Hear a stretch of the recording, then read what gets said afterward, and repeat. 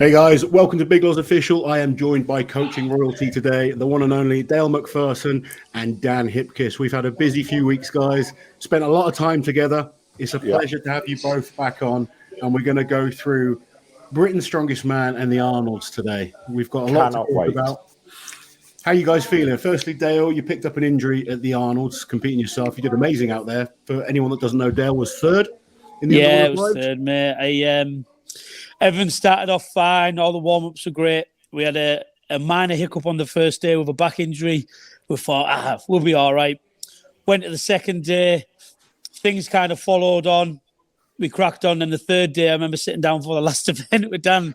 And I went, Dan, my hamstrings feel really tight, but I think it should be great for Stones. And he went, really? And I went, yeah, I'll be all right. Picked up the first stone, 3 big pops on my hamstring. Carried on another few reps, and I just had like this weird, overwhelming feeling of like, I wasn't crying because I was upset. I was crying because it really hurt. And then I was swearing. I think I was swearing a little bit too loud. I didn't mean to. People were probably thinking, oh, what the hell's wrong with him? And then, unfortunately, I had to go flat out on the stones to try and win the whole thing. But it didn't come off. But we still managed to pick up third at the Arnold's in the world. So it's not a bad weekend shift, you know. So, yeah, very, very, very happy now I've settled down and the painkillers have wore off. Dan, how you feeling, mate? It was a tiring weekend for you. I'm not too bad. I got home and napped for most of yesterday and then still managed to get a good night's sleep. So feel worryingly fresh today. I don't really trust it, but I'll wait for it to kick in about probably 6 o'clock tonight. I think I'll be passed out again. We got back Tuesday, and by Tuesday evening we were absolutely shattered. Liz normally works till sort of 1, 2 in the morning, and she was in bed by 7 p.m. Forgot to tell me that we had a Tesco delivery coming, and I went for a shower, and all I heard was like knocking on the door. So I'm running down the stairs in my towel, screaming for the kids to come and help me. But we're feeling better after a good night's sleep. Anyway, I think the amount of work Dan put in at the weekend was absolutely incredible. He ended up turning into everyone's coach, and like I'm normally the one who runs about a lot, and I was watching him, and I was thinking, Dan, you're going to kill yourself. I think we woke up the next one of the days and he went, Dale, I've got 11% recovery here. And his eyes were like bloodshot and he had big bags down his eyes. And you're okay? He went, you need to get breakfast. Never mind me. Let's go. And I was like, wow, he's literally hanging on for dear life here. He just didn't stop. It was unbelievable, mate. And I think everyone, even including myself and everyone who was around you at the weekend, Dan, can't thank you enough because you literally were Dan the man. Yeah. Well, it needed to happen. Someone that obviously you've got your athletes, but you helped everyone, you know. Yeah. It's amazing to see, and we all know. I mean, one of the reasons I love both of you guys is just the passion that you both have for the sport, and you can see that no matter whether it's your athletes, other athletes, you're always cheering people on, helping. So it's just cool to see. The video of me and Dan psyching Donna up, and Dan's basically chewing her ear off, talking a lot of shite in her ear, and I'm putting salt in the face, kind of like sums up what the weekend was all about, didn't it, Dan? Yeah, it was a lot, you know, but it's Donna Moore and we're at the Arnold, so you're not going to not help her because it's Donna Moore. Like, anyone who knows Strongman knows that, you know, Donna's basically the big Z of Strongwoman and she needed shouting at. So, you know, I continue my career of shouting at small women, which whatever gets you going, Dan. Yeah, it pays undefeated, undisputed, shouting at small women champion of the world, Dan Hipkiss. Right. Obviously, we will talk about the Arnolds, but let's go back to Britain's Strongest Man. Dan, you had 2 of your athletes there. Dale, you had a few of your athletes there. I had one of my athletes there. It was a great battle. I think for all of us, we felt Tom was the heavy favourite. Yeah. Going into it, it was Tom's to lose, really. You know, the events, if we could have picked the events, I don't think we'd have done much different. Yeah, when I saw those events come out, I was convinced as long as he turns up in shape, no one's touching him. Watching his performance, I don't think anyone in the world could have beaten him that day with those events. No, I'd agree. I think, you know, people say that he didn't get out of like second gear, but in terms of like physical performance, he barely started the engine. You know, it was comfortable. The only event he didn't win, the last thing I said to him before he went out was, don't bother trying to win this one. Like, just get all the bags over.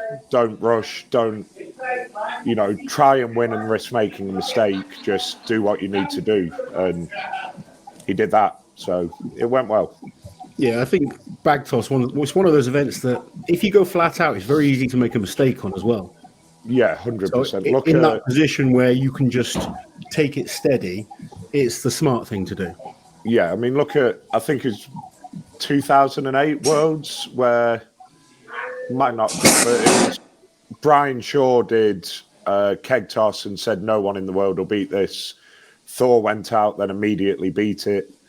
And then you saw Big Z go out, and it's the only time I've seen him look flustered and just made loads of mistakes. And he's, at the time, was the best in the world at throwing kegs. Yeah, I think that was around the 2010? It was around then. Brian, like Thor, still looked like baby-faced. But yeah, it shows that even the best in the world, when you have to try and do something spectacular to win, it can go wrong really quickly on throwing events. Mm-hmm. I've got a feeling it was 2014, that. I don't know why. That might have been. I'm sure Liz will tell us. Yeah, I'm pretty sure it was 2014 when Thor beat Brian on the keg toss at World's Strongest Man. Yeah. Liz says it was. So I'm going with it. It definitely was, because that was the event they changed from yoke to keg toss, and I was right. At that. But I'm not surprised. We'll move on quickly. Yeah, Loz, of all the events you could take off you'd take a yoke or a frame off you, and that's just not right, is it? But we'll focus on the guys at Britain's rather than me this week. So Tom was amazing. I think there was no surprise there.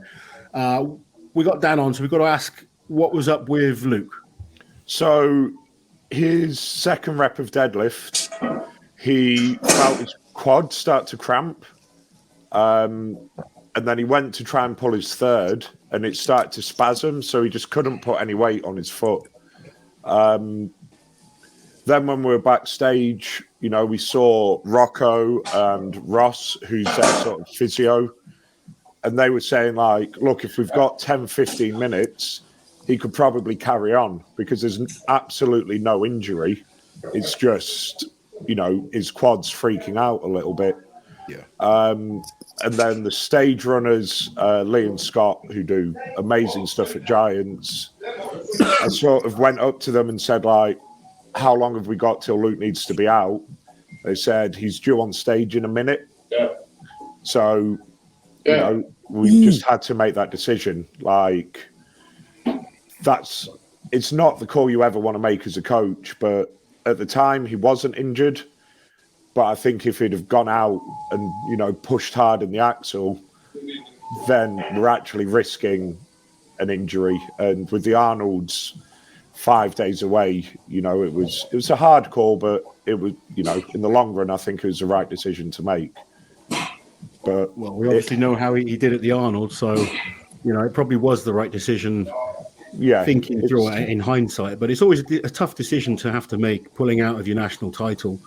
I think, you know, we've mentioned Tom was the big favourite. Obviously, disappointing that Luke pulled out, but he has to think about his career and what's kind of, you know, I think athletes have to now. They just can't do everything. You've got to be selective.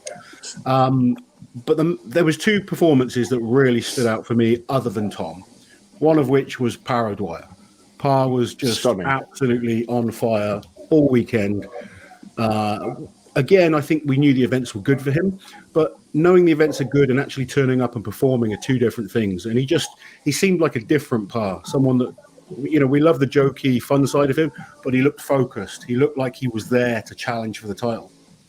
Par looked incredible. I mean, the work Dale's done with him, Par was strong. Like, we knew Par was strong. Par's been strong for a few years, but I think it's fair to say he's never really turned up. And the work Dale's done with him is incredible to see what Par O'Dwyer is actually capable of, rather than, you know, some guy who wants to joke around and have fun backstage. It's the same as what happened to Luke at Europe's last year. You know, you both know that Luke's the first one down at breakfast, last one out the bar at night, like not drinking obviously before a comp, but if anyone's there for a laugh, Luke would always be there with them. And that change it's what sets apart professional athletes, really. And yeah, the work Dale's done is mind-blowing. Well, Dale, what kind of work have you done with him? Because we've seen a noticeable improvement in performance and that sort of, and it's hard as well because I like the jokey, fun side of Par. I like it with Luke as well. But sometimes you have to get that balance and turn up to compete. This was it wasn't a big issue. It was very easy to sort. It was kind of like, I remember when we kind of got a breakthrough because Par was down mine training when he was over with Darren, and he come to mine one night and we actually sat down on the benches and had a good chat for about half an hour about general mental preparation, like what scares you, what doesn't scare you, what do you expect of yourself. And what I've done is I sat down with a piece of paper with him and I wrote down everything I expected for him to do leading into this competition, numbers-wise. And then I shut my book and I went, but the most important thing is, what we need to do is we need to focus. And he was like, go on. And I went, well, we walk into a change room normally, and I said, I'm very guilty of it with you as well because I kind of encourage you to be a big kid with me. And I went, we need to change this about a little bit. We need to, because people know if you switch on, you are a genuine threat to do very well. But I feel like people sometimes see Par more as an entertainer sometimes than an actual, genuine, really, really world-class strongman. And I said, like, we need to sort of knock it on the head. So that 4 or 5 hours that were there, go in the change room, say your bit. But as we start warming up, as soon as that first warm-up starts, I remember you, Dan, saying you seen it. He literally sat headphones in, was laying on the floor. Even when we were warming up, wasn't making any jokes. He was just stood, being genuine, asking general questions. We had a good talk down my place. And obviously certain things that I can't say because it's quite personal, what we spoke about. But we kind of tapped into him what makes him tick, what doesn't make him tick, what he's scared of. And we just had a nice, like, friendly conversation. I think between me and Par, we've got quite a lot of a personality between us. But when you put it both together, it works quite well because he liked me, but I was always scared when I first started coaching him. Did he only want me to train him because he thought I was funny with him? And then it started getting to a point where I thought, no, he actually does listen. He really does listen. I've told you, Dan, plenty of times, I need to give him a little bit of fishing line every now and then to enjoy himself because that's just how he is as a person. You know, you got to understand that. But the main thing with Par was he was doing too much before competitions. He was burning himself out. He was leaving everything in the gym. So I'll give you an example. If you've got on plan, you've got to do 8 to 10 reps. If he thought he could do 15, he'd do 15 for no reason at all. When I actually I was bringing him back and saying, no, you just do 10. That's it. But I can do more. That's such a common issue with so many athletes. Yeah. They want to just push and push and push, and then they don't realise 2 weeks down the line they're burnt out. Especially when it comes to massive lifts like axle clearing presses, deadlifts, shield carries. They're very, very taxing on the body. You might not think it's taxing doing 10 rep max on deadlift, but that's probably worse than a 1 rep max in my eyes. Yeah, for 100%. General physical fatigue. So what we had to do with Par was make him focus on what the job was. Because like I said to him, you are going to start this competition with a flyer because we knew the shield carry was going to be great. So for the rest of the competition, people are going to be chasing you. No, you're not going to be chasing them. I think that was a big advantage for him because he started off well and he never really got any lower. So from that, his conditioning was great, which it always generally is. He's never unfit. No. But this time round, he was very guilty of coming in burnt out. And this time round, he wasn't burnt out. So honestly, the biggest changes was making him do less. As daft as it might seem to a lot of people, me saying this, sometimes less is more. So it was rather more 4 sessions a week, quality rather than 6 quantity sessions. Pull 2 sessions off, get your recovery right and do exactly what the numbers say. And if you want to have a mess about, ring me, message me. Like he done like a 400 kilo axle about 5 or 6 weeks beforehand because he really wanted to do it. And I said, you know what? You do this. you fuck it up, you owe me 200 burpees, and I will just go through you like a ton of shit. And he was like, no problem. And I was like, okay, then there's your little leaf. Just go and enjoy yourself. And he enjoyed himself, and then he just stuck to the plan. But we're going to start seeing a different part of the show. We're going to see a guy who's going to be well known for being an actual athlete and an entertainer, not just, here's pal, let's have a laugh. Because coming second at Britain's Strongest Man, losing to Tom Stoltman in a strongman competition isn't the biggest worry in the world for me. If I come second to Tom, I'd be absolutely over the moon, if I'm honest with you. So yeah, it was an incredible result. And do you know what? The best part of that whole thing was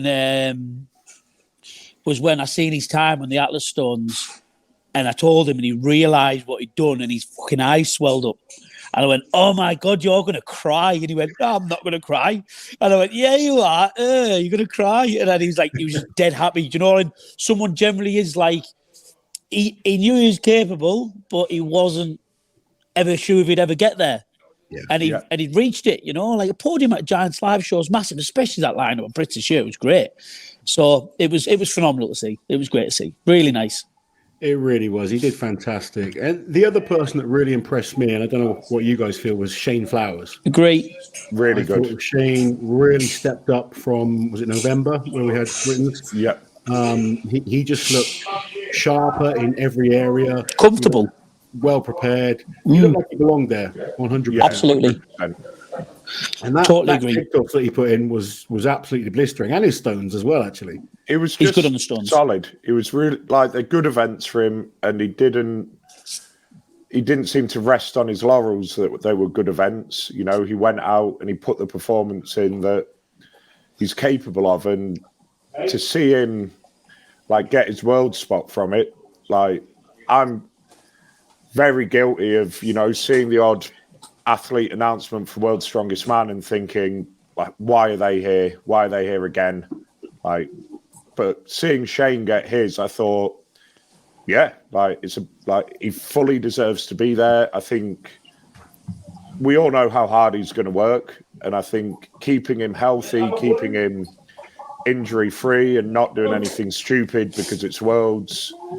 If Shane can finish World's Strongest Man in as good a condition as he started it, regardless of where he places, if he makes the final, if he wins it, if he's last in his group, anything, coming out of your first Worlds uninjured and alive, having learned a lot, I think it shows he's got a lot of potential. Yeah, I think the big thing for me, and I know we've spoken about this many times, Dan, I'm like you.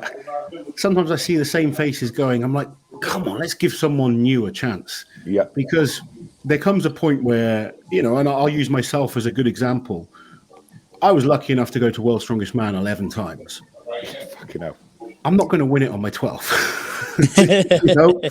And it was time for me to step back. And I still feel I could be competitive at Britain's Strongest Man, but I'm not going to win World's Strongest Man. I'm not even going to, I might get lucky and make the final, but my chances of winning were back in 2012 kind of time.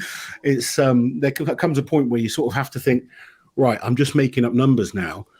And these younger guys need these first experiences at Worlds to get that experience and get comfortable, because World's Strongest Man is a different animal. Mm-hmm. It's so different to any one-day show that you'll ever do, that almost your first year at Worlds, I don't think we're ever going to see someone go in and win their first World's Strongest Man with how strong the sport is now. No. You need to get used to that experience. I mean, we've seen some incredible guys go there and not even make the final. I mean, Novikov didn't make the final last year, coming back as the champion. Yeah, that's how mad. Hard it is to go to Worlds. And it's going through the qualification process, coping with the multiple days, all the TV stuff, the media stuff that you have to do. It is a lot to embrace, and having gone there just this first time, it's going to give him so much experience, and he's going to come back so much better next year, I think. It's so different to a normal strongman show as well. So when we were out in Manila, I ended up helping Johan Els in the final, and there was a 4-hour delay because one of the cameras broke. And so Robert Oberst was having some food, and then one of the showrunners came out and said, "You've got 3 minutes, the cameras are ready." He went, "I've not even got tacky on." And they just went, "Well, that's what's happening." And I think we managed to get 5 minutes, but, you know, you expected Stones to start at midday, 4 o'clock comes round, and you get 3 minutes notice.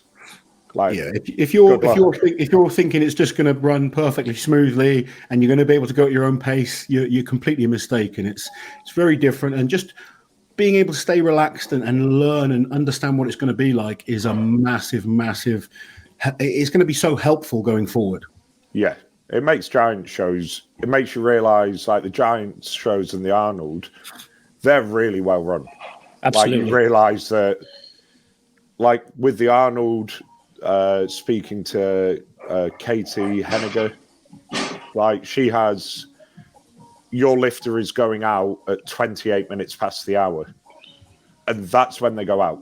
Like there isn't, well, there's been a mistake. The same with Giants. You know, we get 10 minutes, 5 minutes, 2 minutes, 1 minute. Can they go out? Like they're so, because it's a one-day show. I mean, the Arnold's is 2 one-day shows basically, whereas Worlds it's a TV program that happens to be about strongman. So, like the athletes are secondary, or in the past they've been secondary to actually making a TV show.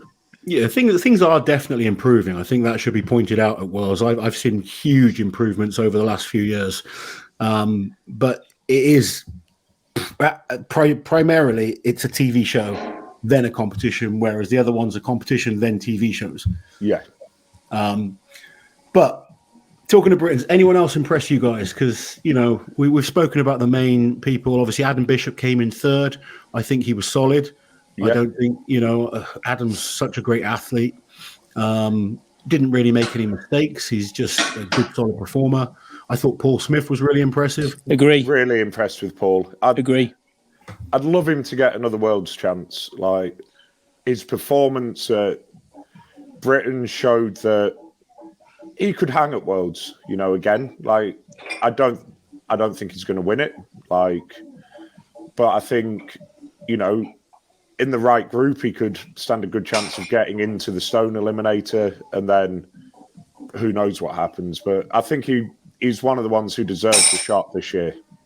Yeah, I think going into the show this year, because Luke, Tom, and Bish were there, in the back of my mind, I kind of knew if you were coming in, putting in a decent performance and coming behind them, you're the guys they're going to look at. So, for example, this year it was Par absolute. I don't think Par, people didn't not expect it, but they didn't expect him to do it as good, which is good because he kind of proved people how good he was.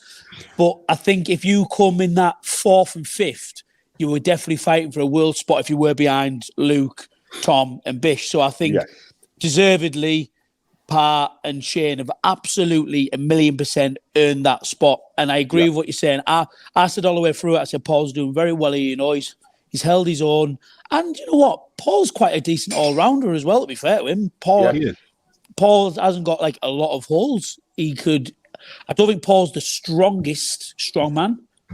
But he's good. He's a good but he is strongman. Decent at everything. And like, if anything to do with grip or all like that, and then you're laughing because that guy's got some grip on him. Come on. Like, I know we didn't really agree with him power cleaning that axle and it wasn't engine efficient, but that was bloody impressive. Like, it was impressive. And, you know, I asked him afterwards, I was like, why did you do that? And the reason was he actually had an injury, you know, on his chest. He couldn't actually do a continental clean, so he had to go for the power clean. Yeah, fair play. That is fair play. And he was close. He was close to that 5th rep. Yeah, fair one. And I was impressed with Ryan as well. Just with, he's not competed since Magnus's comp, I don't think. And with short notice, that's a hard comp to just get through. And everyone at Brits this year looked like they should be there. Yeah, I'd agree. I mean, Ryan had very short notice for that. They weren't good events for Ryan either. You know, he's much more into static, you know, squatting, log lifting, those type of events. But he's brought his fitness up, and he's just mentally in a better place. He's enjoying Strongman again, which is, you know, we've spoken about how important that is. It's if you start hating what you do, you're in the wrong sport. You need to enjoy it because, although things are improving, it's not football or tennis or something like that. So it is important to enjoy it. And it was just good to see him smiling, performing well, and he really held his own. Yeah, I mean, I had a chat with Tom yesterday on my way back from the airport about exactly this. Like, with the World's Prep coming up, there's some stuff that I program that he doesn't necessarily enjoy. But we've said, like, this stuff you have to do. Like, we're keeping you healthy, we're getting through it. But then there's some accessory work that he didn't really get on with. And I said, like, we could do something that's maybe 5% less effective on paper, but if you're going to enjoy it and do it every week, that's way more beneficial than, this exercise that might be more effective, but he doesn't want to do and he doesn't put 100% effort into. Sure. And that's, that's a world's level. He's the world's strongest man. Like, everyone committing to stuff is way more important, and having fun and enjoying training, because it's hard. Like, strongman's brutal. So if you're not having fun, you're not going to want to keep doing it. It's brutal. It's brutal. Dan, on that subject, can I not do hollow body holds with 20 kilo plates anymore, please? No, you need to get stronger.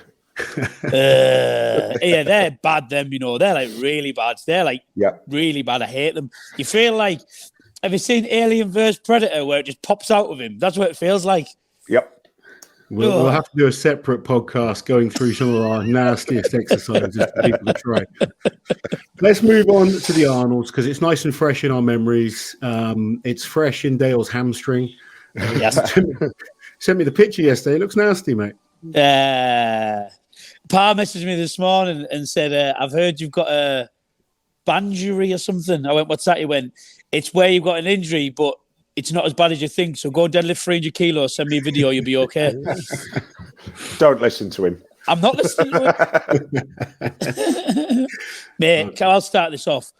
The Arnold's is a full show this weekend with all the British contingent we had with us. Was absolutely amazing. We all had each other's backs.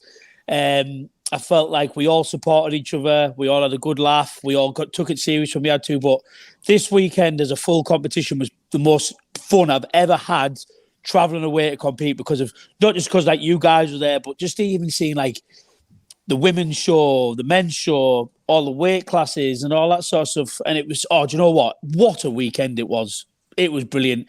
And Chloe Brennan's Dinny Stones is the most impressive thing I've ever seen in my life.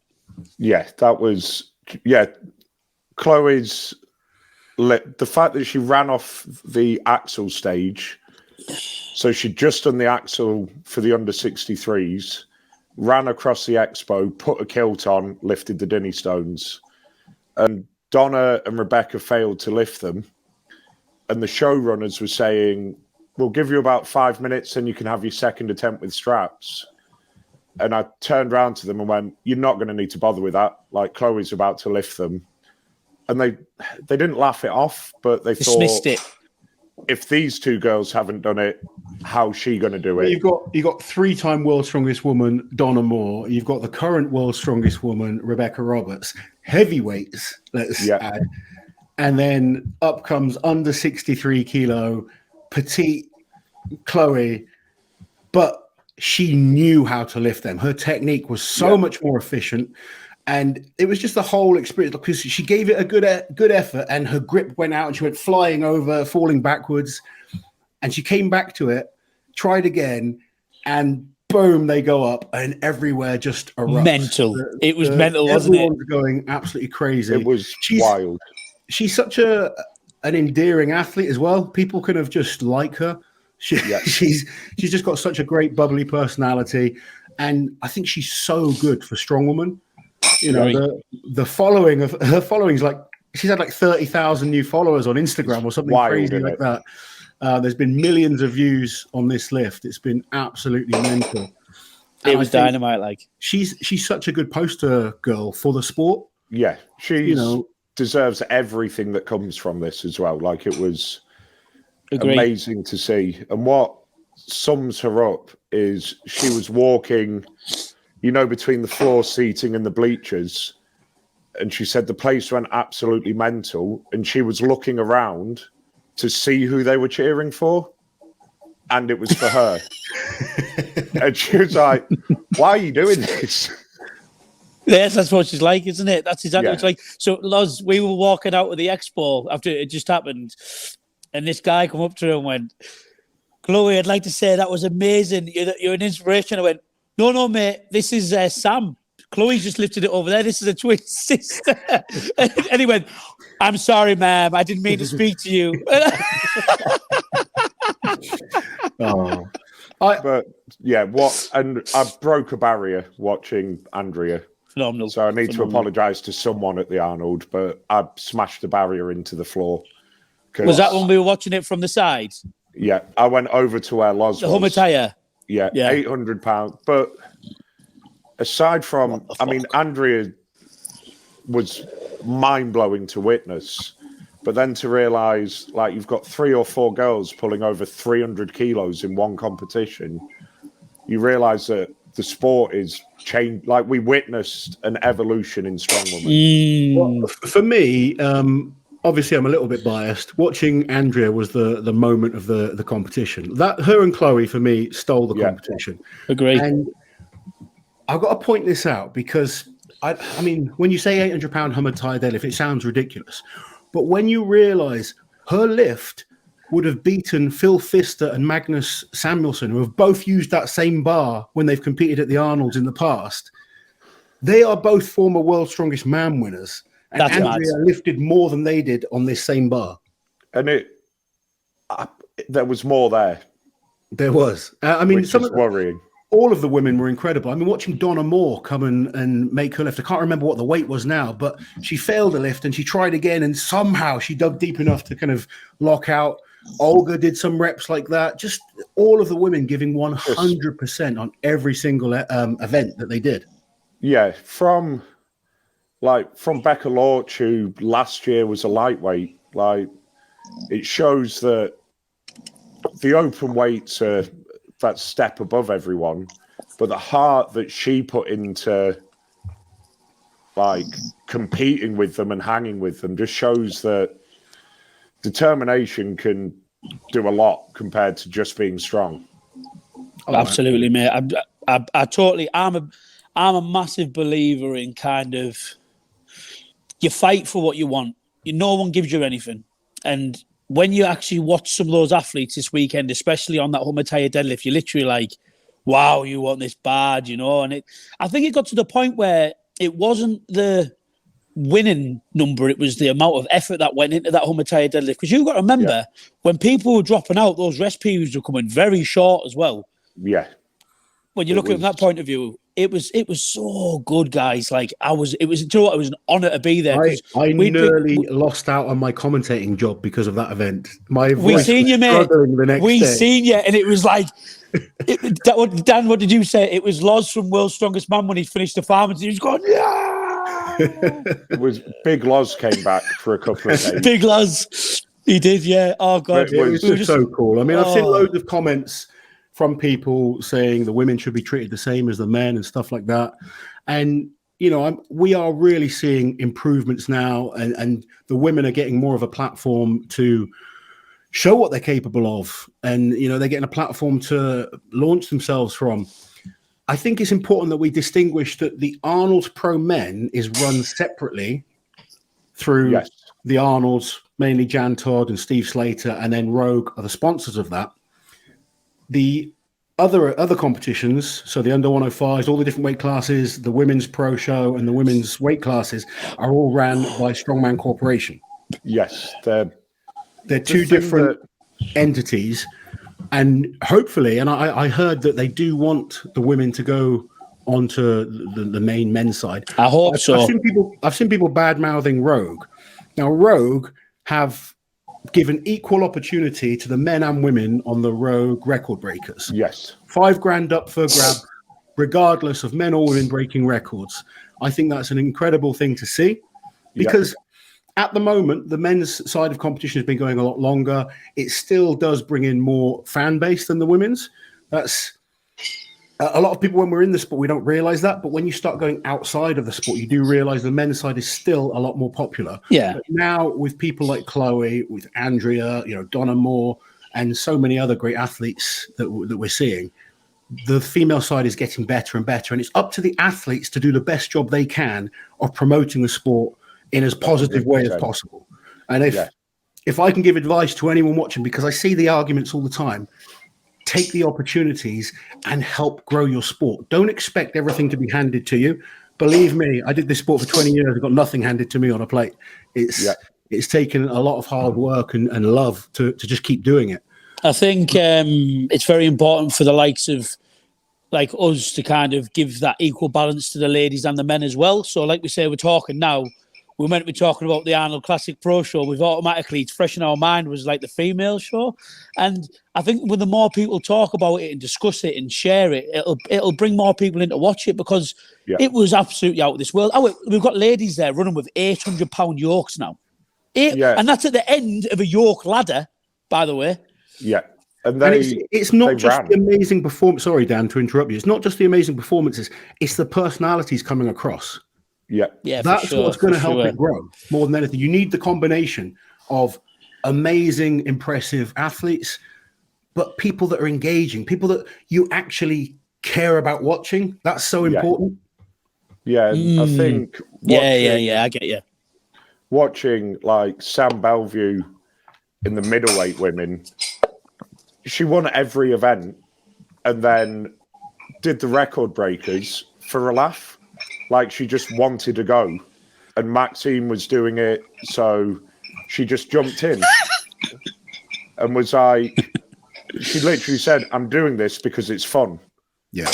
You see Inez, who loaded a 360-pound stone because they rolled the wrong stone out to her. So she thought it was 350. Turns out it was I'm telling you now, Inez Carrasquillo is a major problem for all the pro women. That girl is impressive. Monster. Yeah, she was. I cannot wait to see her on the pro stage next year. Yeah, she's worrying to see. Like for a lot of. Can we go again, guys, please, together?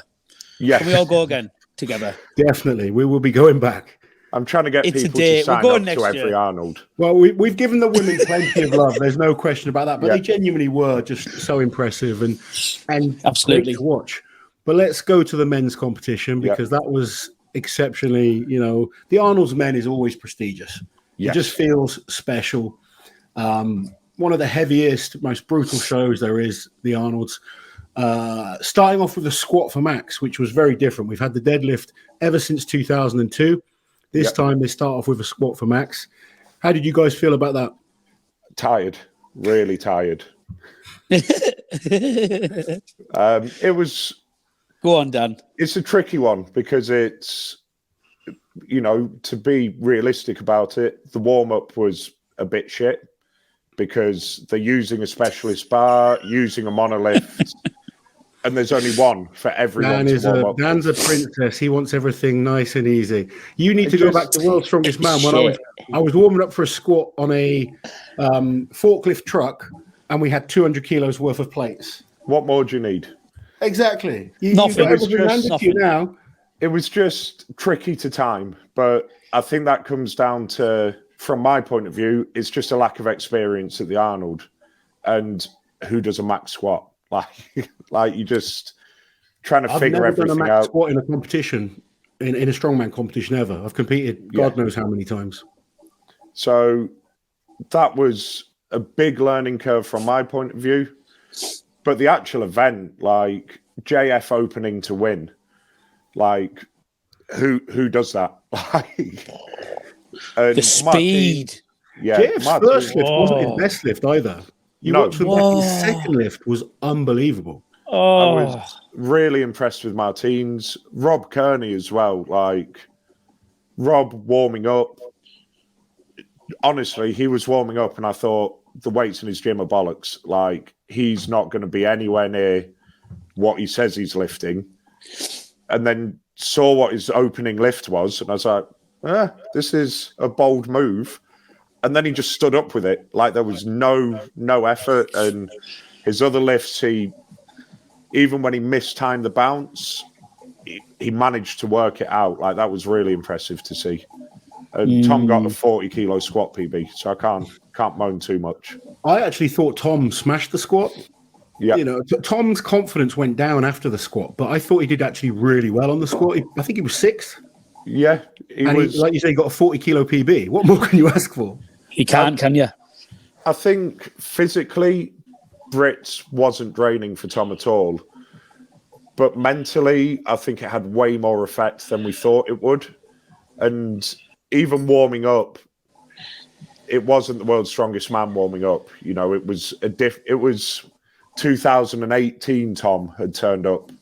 And I think he's just drained. Sometimes, with Tom, 90% of the time, it's that mental side. When he starts strong, he tends to get bigger and the confidence grows and he just gets better. I think at the Arnolds, we saw him sort of go into himself a little bit. He was quiet, sat down. And that's something he's going to have to work on. Yeah, it's picking comps is the discussion we had. Like, compete 4 times a year and don't do them a week apart. I think that's sensible because he's at that point now where he can do that. Yeah. Like you see as things got more developed, the likes of Thor and Brian Shaw, for example, they chose competitions they wanted to do.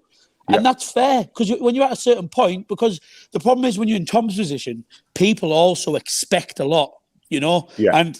And I'm not saying that's like a bad thing, but like when you're the world's strongest man, you are the man to aim for, you know? And people are going to expect certain standards. And while we're kind of talking about the squat, can I please say one thing? Novikov, once again, do you know what he did in Manchester when we were like, Novikov's going for £1,000. What did he squat? Was it 4.9? I think so, yeah. Yeah, he was. I think he came 4th on the squat. That was madness as well, you know, because Novikov's not really known as a massive, massive, massive squatter. And like he just went into that with just zero respect for the squat bar and just nailed it. So once again, I've got to say about Novikov, he was unbelievable. And you know what it is with Novikov? You can never count that man out, ever. He just somehow brings it on game day, doesn't he? He's phenomenal. Yes. He's phenomenal. Amazing. And he's such a lovely man. Like, he came up to me and just went, Dan, where is Dave?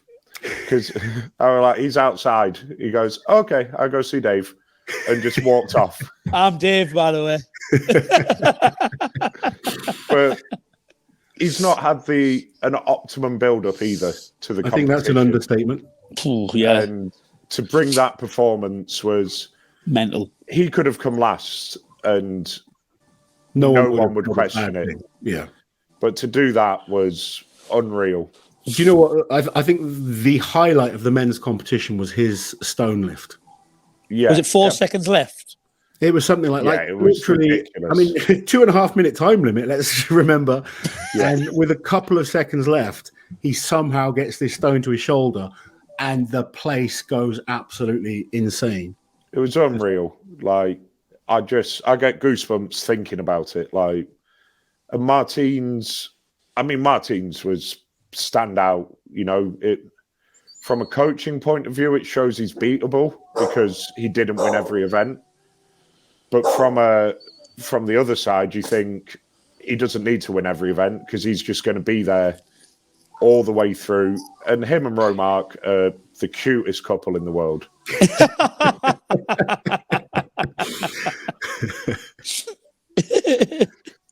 I love watching them.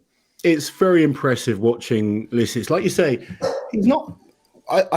And this is why I always say events are so important because I don't think Lissis would have beaten Tom last week at Britain's. No, I think 2018 Thor might have given him a run. I agree. I think Thor is the only athlete that is maybe ahead, but at the moment Tom's young. You know, he's ahead of where Thor was at the same age. Yeah. But Lissis is so consistent. You always know, no matter what the events, what the competition, he is going to bring a champion's performance. Yes. And I really hope he's going to accept his invite and go to World's Strongest Man this year. I hope. Probably not so good from your point of view. I hope so. I really hope so. But how good is it going to be if we have a battle between the likes of Brian Shaw, Tom Stoltman, Lissis, Novikov? Luke Stoltman, all these up and coming guys that we've seen. Yeah, if Kilishkovsky can come back, and that was the one sad thing for me, that he couldn't do the Arnolds, because with how impressive he's been in the past at the Arnolds and the events that they had, he could have beaten good events for Mateusz, but I hope none of them go to Worlds, to be honest.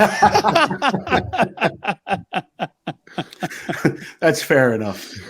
But, yeah, I'll comment on this Luke squat as well. Yeah, I was going to say, people are telling me that I need to coach Luke now and Dan shouldn't coach him. I'm like, don't be stupid. Dan Hipkiss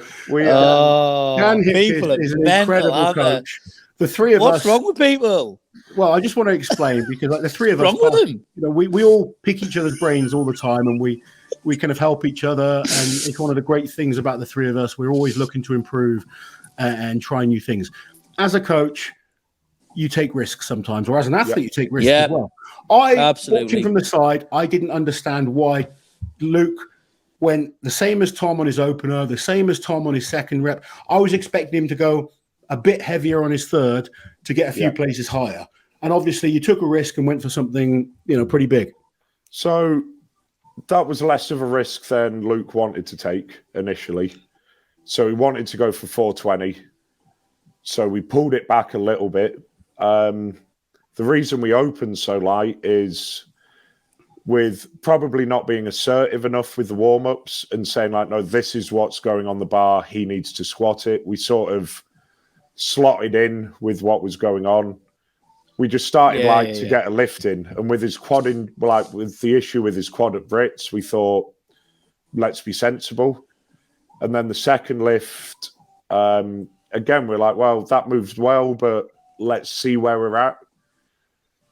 So we sort of wanted to take a bigger jump for the third, reined it in a little bit.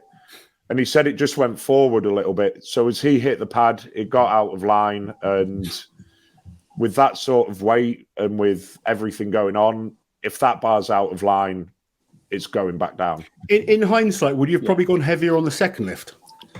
Either heavier on the second or slightly lighter on the third. And just close that gap a little bit. But I think he'd have needed to squat about 430 for it to make a real difference in terms of... looking at the overall results, it wouldn't have changed. He wouldn't have ended up in third place anyway. He would have stuck in fourth. So he did amazing as well after that squat. To come back from, I think he was last on the squat.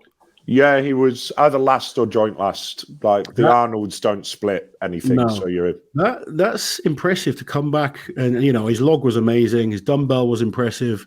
He looked confident. He looked like he was having fun. Yeah, I think the big thing for me is, and people think I'm crazy, but...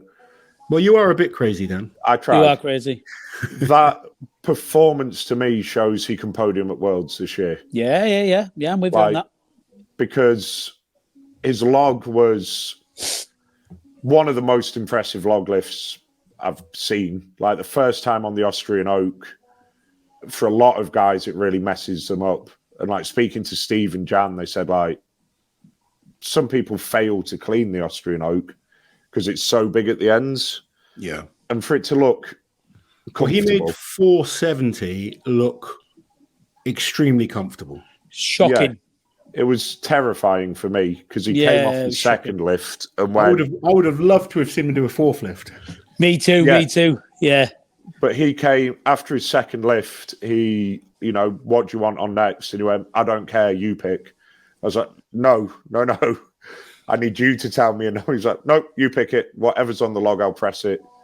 And the only reason we went there was a max in a competition is rarely a max. We're not powerlifting. You're not going to max out. You need to do the least amount possible to win. Well, I've got a question for you. How was the kind of mood on the log after what happened to JF Caron? Because that is something hard to come back from. Really hard. So my first job as a coach was to get the lads either facing the other way or backstage as soon as possible. It's a really tricky balance because it's JF. He's one of the reasons I lost weight is because he tapped me on the belly and said I was fat. Like it's you know, I've only known him for what 4 years, but you know, there's guys there and yourself who have known him for 14 years, 50. Like I've known JF since 2008, and he was loading at Fortissimus. Like, he's just one of the best guys on the circuit.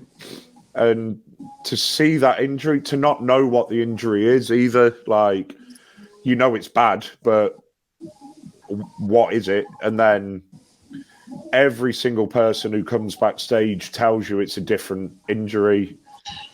And, you know, the Arnolds had to take the platform apart to take him to hospital. And you realise that it's not good. And I think if Bobby had got a lift by that point, they may have called the log event, because it wasn't a positive atmosphere. You know, you can't. No. But once we knew he was on his way to hospital, he was in good hands. He was being looked after. Thumbs up on his way as well, you know. I'll tell you guys one thing about JF as well. He doesn't want the comp stopping because of him. He understands what we do is dangerous. Yes. And, you know, as terrible as it is, and we all care about him, there is always a risk doing this sport. Yes. Oh, man, for sure. If you don't accept that as an athlete, you probably shouldn't get into it. Yeah, because it's brutal. You know, it's you're lifting so much weight day after day that for almost everyone, something's going to give out. Like, whether it's something daft like you peeling all the skin off your hands doing farmers, or, you know, tendonitis, or like actual acute injury, you know there's a risk involved. And for the people that don't know, he's fully ruptured both quads. Yes. There's no knee damage, there's no ankle damage, which was originally thought. But 2 fully ruptured quads is serious injury and recovery time. He's going to be in. You know what the thing is? I think because JF is such like a mammoth character in the sport, you know what I mean? What was it at Worlds? It was like 200 and something professional strongman competition, and he's always on the circuit. When do you ever see JF outside the top 5? Very rare, consistent. You know. Yeah, and like when you see someone of that stature in the sport, because he's already got legendary status regardless of what happens next. When you see it actually happen to someone like that, you're like, shit, this is serious, you know, because he's literally like, he's just an absolute warrior, isn't he, of a bloke? And he's a fantastic man. And all I can say from everyone in the UK and Strongman worldwide to JF, we wish you all the best, mate, and all the recovery. You're a legend. And what happened wasn't nice, but we know that you wouldn't have it any other way, though, because you were doing what you love. And we can't wait to hear from you. And we're all going to live for you and send our love his way, you know? Because what an athlete he is. What an athlete he is. And he wouldn't want that show stopping for anything. But, you know, like you say, you play with fire when you're doing this sport, especially at that level, you know? Like, we're at a point in our day and age where a 180, 190 log scene is okay. Yeah. It's crazy. Isn't it? But yeah, it's ridiculous. And it's just one of them things, you know. It's sad to see. But you know him, he'll be there just fucking, you know, it's mental. It's mental. It's horrible to see. Horrible. Yeah. But yeah, once we knew he was, I don't want to say okay, but once we knew he was sort of safe and was on the way, start warming up again and get the job done. Because that's what it is at the end of the day. Like, you know, I've worked here, well, when I was working in the quarry, you know, lads would get horrific injuries and then you don't shut down. You've got to work. Like, it is a job. The job has to get done. Yeah. And whilst there's still a job to do, you put it out your mind. You know, the Arnold's crew and Jan were working round the clock to try and make sure he's sorted. And once you know that they're doing that, you've got to not forget about it, but it can't be in the forefront for a little while. Yeah. It's tough, but as an athlete, you have to be able to move forwards. And, you know, we had an amazing competition at the end of the day. It really was. 5 events, 5 different winners of each event. Yeah, You know, and Rob Kearney on day one absolutely blew me away. He was so good. Second place on squat, second place on dumbbell. That guy's coming back from testicular cancer and a torn tricep. A lot of he's had people a said he wrong didn't move. deserve to be there. I think he put a lot of that to bed. Yes, You know, Maxime Boudreau on the frame carry, unbelievable. sickening. Novikov's dumbbell was just ridiculous. Oh man, that's like extraterrestrial kind of lifting that. Yeah, Like who does that? And he only stopped because he ran out of time. 120, I think it was 125, 124 kilo dumbbell. Oh my god! You know that's 2 kilos over under the British record, and he did it for 7 reps. And he did it for 7 reps. You know, what the fuck? He looked solid. You know, Novikov's dumbbell technique is weird, but for him, it's the perfect technique. And he does it so consistently and so well that from the pro show, like, I'll be biased and say, you know, Luke's log was up there for me, but realistically, seeing Novikov do 7 reps with that was just spectacular. Like, I think Novikov's dumbbell was the standout performance of the men. Yeah, I think we've seen, you know, I know JF could have done more on the squat. I've seen people go faster on the frame. We've seen Mateusz do ridiculous number on that stone before. Yeah, but that dumbbell was probably the best we've ever seen. Yeah, it was phenomenal. Agree. That'd be one of the. It's got to be the single-handedly best single-arm dumbbell reps ever, surely. Yeah, there's no doubt. Must be. It must be. You think it wasn't that long ago they were using the 78 kilo Thomas Inch dumbbell at the Arnold's? Yeah, and now, to do that is. The women will be doing that next year. It wouldn't surprise. Give Inez that dumbbell. I wouldn't. She'd have a good go at it. Yeah, but incredible. At the risk of getting cancelled by other pundits in the sport as well. If Jenny's performance was really impressive, like he picked up an injury in the squat and carried on, just battled through. Like I was really impressed. Yeah. So in that his glute. To have a bad glute in I spoke to his spot. Like that you need your glutes in that comp. You're not getting away from it. And to carry on, like my Russian isn't great, but you know, he said he was a bit disappointed, but happy to be there. So like we've said, amazing. That first time, you know, a lot of it is a learning curve. And, you know, he's someone that he's been to the amateur Arnold's a number of times and he's got better each time. Went and won it in 2020. I'm sure we'll see him back at the Arnold's, climbing up that leaderboard, doing better every time we see him. I really hope so. I really hope he stays in the loop and mentally stays, you know, it's your first Arnold. It's awful. Like it's a brutal show. It is. Well, it's been an incredible few weeks, guys.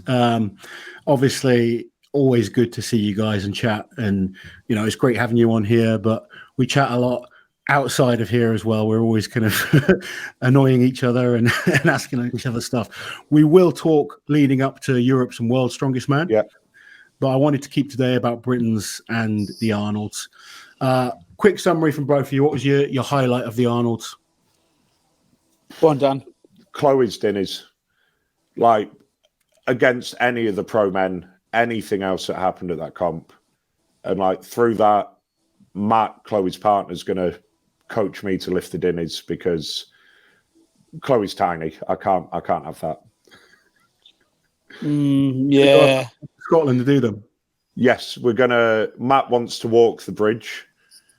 And Chloe wants to, I think she's got the wind beneath the dinners in Scotland, but she's not got a complete lift of them yet. So Chloe wants to do that. Matt wants to do the bridge. I want to pick him up. So I want to do the bridge as well. So we'll have to go up and we'll see. We'll see you up there. Saying that, Loz, what did you make of Kevin Ferrer's? We haven't spoke about that, have we? No, we haven't. And Kevin deserves some attention for that. Wow. Absolutely disgusting. Incredible. I'd love to see Kevin go up to Scotland and try the original Dinnies. His ability to kind of lock in that hook grip and just keep moving, because he got to one point where he stopped. He did. And then he got himself going again. Just I mean, wild. I can tell you how painful they are. I obviously did my attempt on Sunday, and then I did deadlifting yesterday, and I only did my heavy set without straps, and then I went to use straps for some reps, and someone was like, "Why are you using reps?" I was like, "My hands are in bits." Your thumb is just so battered by it. I've got little cuts on my hand as well from the rings, and I wasn't performing well, but there's plenty of reasons for that. But there's no way I would have even got close to what Kevin did. Does it put a bit of fire in your belly? My goal is to do the bridge. That's kind of a goal I've set myself, and a target I want to focus on. And I'm like that. I just set myself targets. I'm not even going to try and chase what Kevin did. That was just incredible. It was nuts. I loved when he walked backstage and you just went, you could have like beat it by a foot, mate. Like, come on. It was one of those moments. Like, I was struggling because I'd been doing like 20,000 steps a day. My food had been all over the place because of working long days. We were back and forth from our hotel, which was a fair trek to the convention center, and I was getting about 3 or 4 hours sleep a night. So there's my excuses thrown out there, but it wouldn't have made a difference. I wasn't going to touch what Kevin did. I believe I could have done better with better prep, but I was there to do a job. I was there as, a commentator for Rogue, and I loved every minute of it. And I just thought, I'm here, I'll give it a crack. When I go up to Scotland, it will be focused training. I'll train for probably 8 weeks to lead up to it, and I'll give it a good, I do believe that I think it's 17 and a half foot, the width of the bridge. I've done 1410. I believe that's doable, and my goal is to do that in one go. Yes, that would be awesome. We should we'll pop down for a dinner session, and then we'll head up north for a fun day. Sounds good. We've been talking to Chloe about doing a collab with her, so it would be cool to get you guys involved as well. Thank you both for coming on. It's always a pleasure. Dale, what's next for you? You've just come third at the Arnolds. What's the next goal? We are going to break the log press 105 world record. That's what we're going to do. What are we going for? 200? I've said 190, but that psychopath. The other way. This psychopath. That one. He's said 200. So I'm 99 kilos. It stands. I'm the only person who goes to America for a week and doesn't put any weight on. So get the nutrition on the point, and then the rest of this year we're going to really aim to be an overhead monster and just go berserker. That's what it's going to to use them little legs. Use them little legs. And that's the next goal. 110%. We're going to go for that log record, and I can't wait.